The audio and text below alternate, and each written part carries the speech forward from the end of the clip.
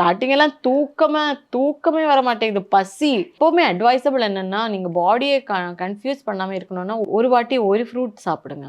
Don't eat everything together, that you a big bowl of. But நிறைய பேர் அதாவது கொஞ்சம் ஆப்பிள், கொஞ்சம் பொமோகிரானட், கொஞ்சம் இப்ப கிரேப்ஸ் அந்த மாதிரி சாப்பிடுவாங்கல்ல. அதெல்லாம் ஏன் கேக்குறேன்னா, ஒன்ஸ் யூ ஆர் இப்போ உங்களை மாதிரி இருக்கிற ஒருத்தருக்கு ஒரு சின்ன பவுல்ல இதெல்லாம் மிக்ஸ் பண்ணி சாப்பிட்டா ஒன்றும் ஆகாது. But I am trying to reduce my wait.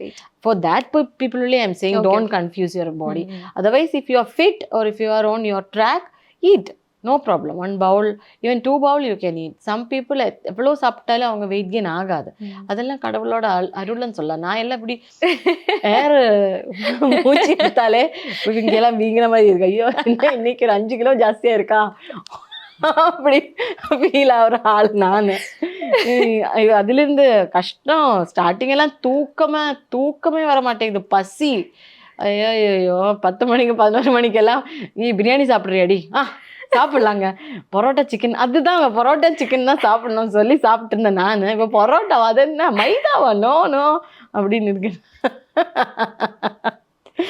அதெல்லாம் பண்ணாமல் இருந்தால் நீங்கள் வெயிட் லாஸ் பண்ணலாம். இது மாதிரி பண்ணி அப்புறமா நீங்கள் கண்ட்ரோல் பண்ணும்போது நார்மலாக ஒரு பாடிக்கு என்ன தேவையோ அந்த இன்டர்மீடியட் டயட் மட்டும் பார்த்துட்டு அந்த அளவு இவ்வளோ சாப்பிட்டு இருந்தது இவ்வளோவா சாப்பிடுங்க.